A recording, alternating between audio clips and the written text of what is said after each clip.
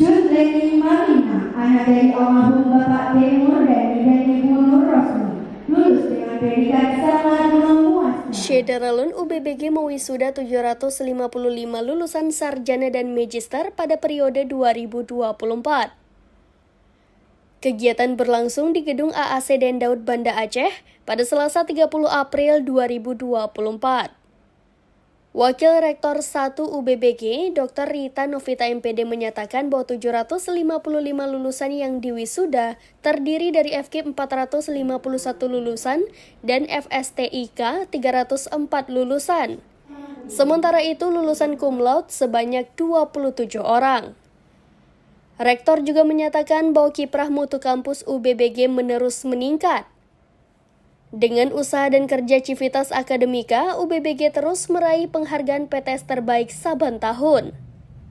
Bahkan prestasi ini sudah diraih UBBG sejak menjadi sekolah tinggi. Dari segi akreditasi sudah ada prodi yang terakreditasi unggul yakni PGSD, selebihnya terakreditasi baik sekali dan baik.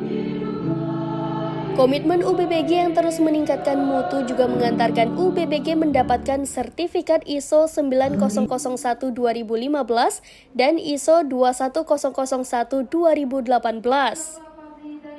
Rektor UBBG, Dr. Hajah Lili Kasmini SSI MSI, dalam sambutannya menyatakan bahwa menjadi sarjana berarti harus siap menghadapi tantangan baik dalam masyarakat maupun dunia kerja.